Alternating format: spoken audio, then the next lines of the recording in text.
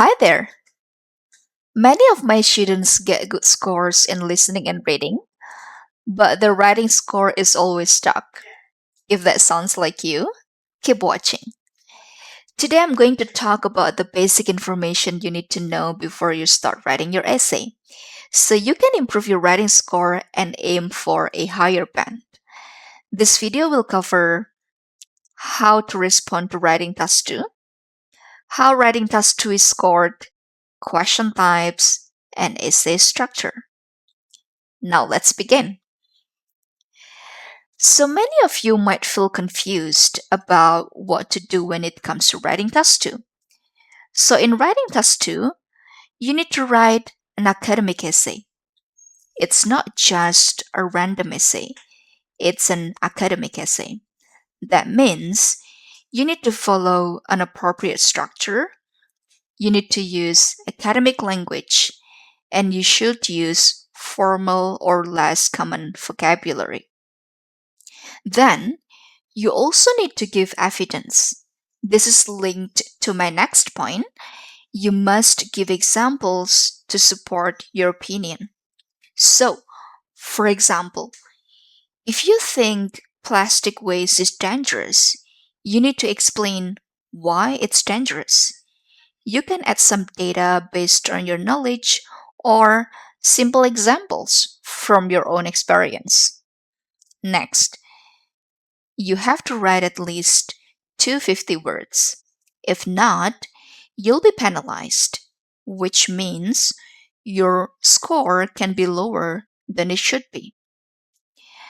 And the last one, you need to complete it in around 40 minutes.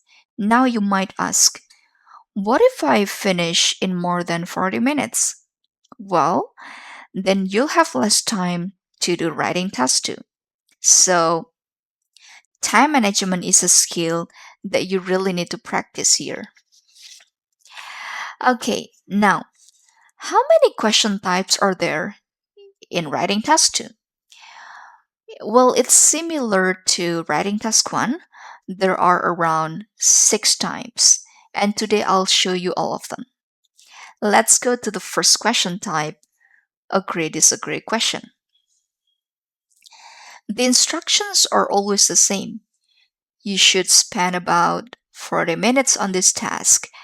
So you are given 1 hour to finish both writing task 1 and task 2. Spending a certain amount of time is just a suggestion, but in the real test, it's actually up to you how you divide your time. The main goal is to finish both tasks within 1 hour. So, here's the topic. Many people say that parents and teachers play a pivotal role in shaping children's academic achievement. To what extent do you agree or disagree? In an agree disagree question, you can choose to agree, disagree, or partially agree. You support your reasons by adding relevant examples from your own knowledge or experience. And finally, remember, you still need to write at least 250 words. Okay, next question type is discuss both views. So here is the prompt. Some people argue that promoting the use of electric vehicles is the most effective way to reduce air pollution, while others say that their impact is limited and that alternative solutions are necessary. Discuss both these views and give your opinion. So, in a discuss both views question, there is one topic and two opposing views. For example, here the topic is about how to reduce air pollution. The first view says the solution is promoting electric vehicles. The second view says there are more effective measures than this. So now, what's your opinion about these two views? Remember, you must discuss both views. So you cannot choose one and ignore the other. So now let's move to the next question type. Advantage, disadvantage. Here you are asked whether the advantages are bigger than the disadvantages. So, common mistakes that students make are they only write advantages or disadvantages. But in your essay, you still need to write both advantages and disadvantages, but the proportion is not the same. So, if you think it brings more disadvantages, then you should write, for example, two disadvantages and one advantage. Okay? So, next is positive negative question time. I think this one is pretty simple. You're given a topic. The topic here is nowadays people increasingly prefer cashless transactions, opting to pay by card or digital applications instead of using physical cash. Is this a positive or a negative development? So, you just need to choose whether it's a positive development or negative development. And don't forget to give reasons for your answer. Okay, and next question type is problem solution question. So here you are presented with a problem and then you are given two questions. So here's the problem. In many countries, an increasing number of young people are choosing not to get married. Many people, particularly governments, regard this as a social problem. And there are two questions. What are the consequences of this trend? And then, what measures can be taken to address it? Okay, so you can see here the first question is about the consequences, and the second question is about the solutions.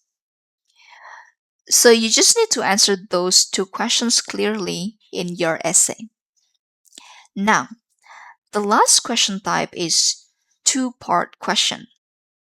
In this type, again, you are given a topic as usual, and then there are two questions. But unlike problem solution questions, these questions are not always about solutions. They can be random. So here the topic is that some people believe that owning a home is one of the most important achievements in life. And then it's followed by two questions. Why do people think this way? And then the second question is owning a house the greatest achievement in life? So your job is simple. Answer both questions clearly. Okay, all right. These are all question types that you might get in your IELTS test. You need to practice all of them because you don't know which question type you'll get in the official test, okay? So now, I'm going to tell you what examiners are looking for in your essay. So, first is task response. They look at, do you use the correct essay format? Do you answer all the questions? Do you give relevant examples? And do you write at least 250 words? Okay, so you need to fulfill all these basic requirements in your essay. And then, coherence and cohesion. So, ask yourself, is my writing easy to follow? Are my ideas organized clearly? And are my paragraphs well connected? Okay, next one is lexical resource or vocabulary. I always tell my students this. When it comes to vocabulary, aim for accuracy first. Well, it's great to use higher level vocabulary that sounds more academic, but accuracy is more important than difficult words. Your language, again, should be formal because you're writing an academic essay. Now, the last one is grammar. and accuracy. I also always tell my students, when you write an essay, don't just write whatever comes to mind. Try to organize your ideas into structured sentences with correct grammar, especially in writing test 2. Okay, so knowing this is really important, because you know how to write writing test 2 properly, and you know how to get a higher score. So finally, we've come to the end of today's lesson. And now you need to know this, the structure of writing task 2. So sometimes when I check my students' writing, uh, they actually have good grammar. They have a range of vocabulary, but their writing score is still very low. It's because they don't use an appropriate structure, which is used in academic essay. So that's why today I'm telling you this, that writing structure is really, really important. And in writing test 2, you can follow this standard academic structure. The first one is introduction, and then body paragraph 1, body paragraph 2, and then the last one is conclusion. So you need to write at least two body paragraphs to help you reach the 250 word requirement. And if you want, uh, you can add more body paragraphs actually. Like it's completely fine as long as you still have time. So I think that's all for today's lesson. And please watch my next video if you want to learn how to write writing task 2 using this structure step by step. Okay, see you in my next video. Bye.